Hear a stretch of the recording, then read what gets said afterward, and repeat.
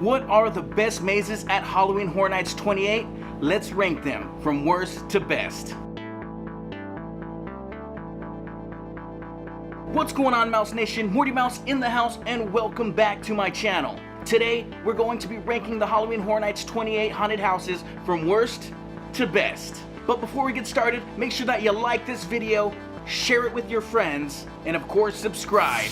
Then make sure you click that bell that we are part of the Mouse Nation notification squad. Also, keep in mind that these are my personal opinions, so let us know yours in the comments below. And we're gonna start at number 10, my least favorite house this year, The Horrors of Blumhouse. What the heck, Universal? What is this? What is going on? Now, it's supposed to be an amalgam of a couple of Blumhouse's horror hits, but what this haunted maze doesn't realize is that Happy Death Day just does not translate well to a haunted maze. There seriously was the same scene at least 3 times in there. I personally hadn't seen the movie yet, so I had no idea what was going on, so it really took a lot of the enjoyment out of this house for me. Plus, it just really seemed like a waste of time and effort. Now, the purge area of this maze does get a little bit better, but not enough to keep this from being in the last place spot.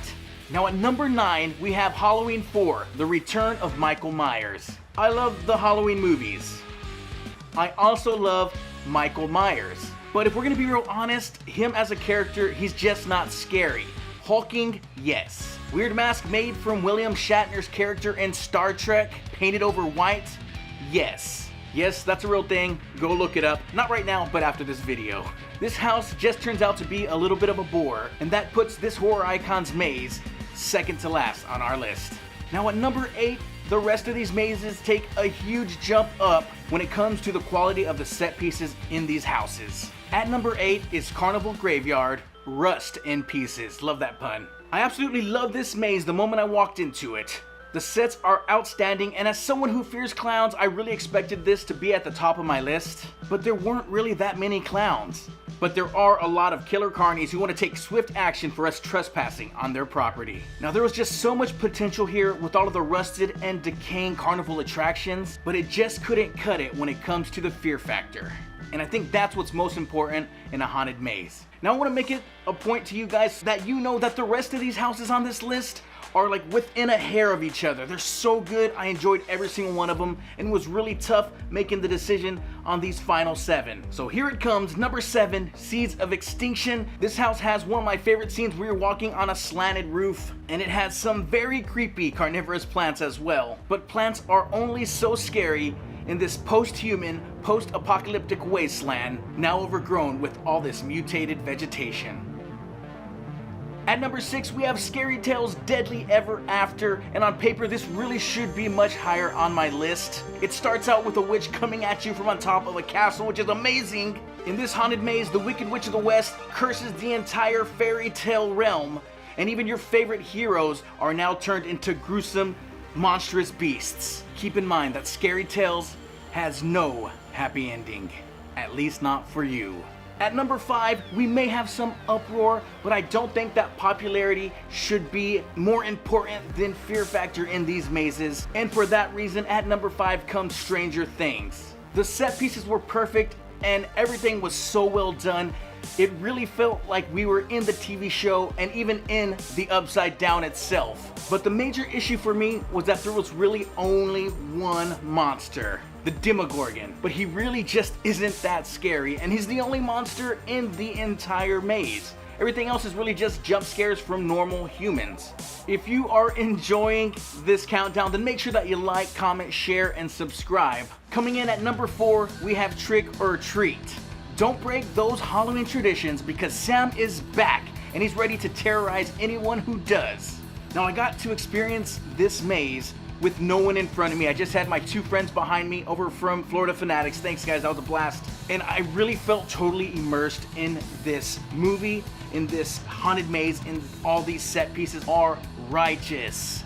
From creepy trick-or-treaters to Sam meeting you at every scary turn, this is definitely a do not miss. Number 3. Now this gets interesting. And it's really super tough to choose between these final three. They're all legit, and you have to make sure that you go and check out every single one. But at number 3 comes Poltergeist. This was a super tough decision, as I truly fell in love, or should I say fell in fear, for this haunted maze. It was amazing from start to finish, and there's even a scene where it's raining on you. Yeah, that was pretty cool. It was actually raining, and it felt like you're really at this house, this possessed by a demon monster creature house. Super creepy and very effective. I love this maze, and if you love the 1982 Cursed classic, then you probably will too. I mean, a freaking tree tries to grab you. Yes, and it is huge.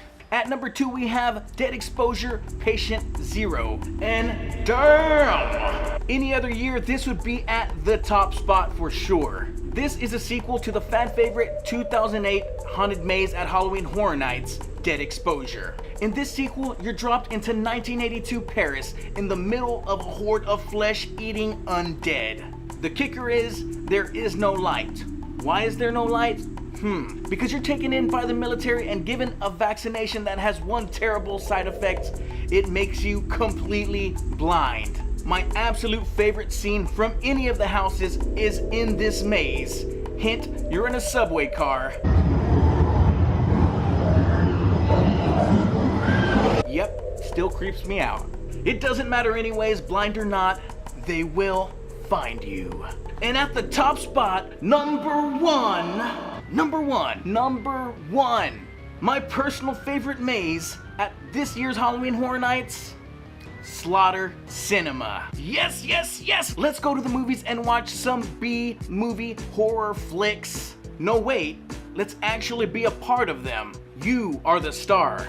And this is the one film you probably don't want to be. This needs to be an actual movie concept. Someone needs to make this happen. Come on, Universal. Great, incredibly unique idea. It's just such an incredible concept. From werewolf bikers, which honestly I'd pay to have a drink in this bar, to Amazon cannibals from hell. Heck, there are even killer barbers and demon children running somewhere around in there. And the ending is outstanding.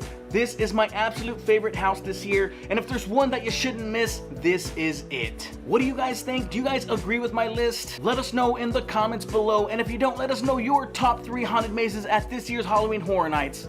Right there, right down there, go do it. As always, I'm your host Morty Mouse. I'll see you later, or I'll see you at another time. Now at number 9, we have Halloween 4, the return of... Why was I gonna say Oscar Myers? What? Oscar Myers? Deadly Ever After. The Demogorgon. The Demogorgon. The Demogorgon. Demogorgon. Whatever. Demogorgon. Sorry. Pieces are righteous.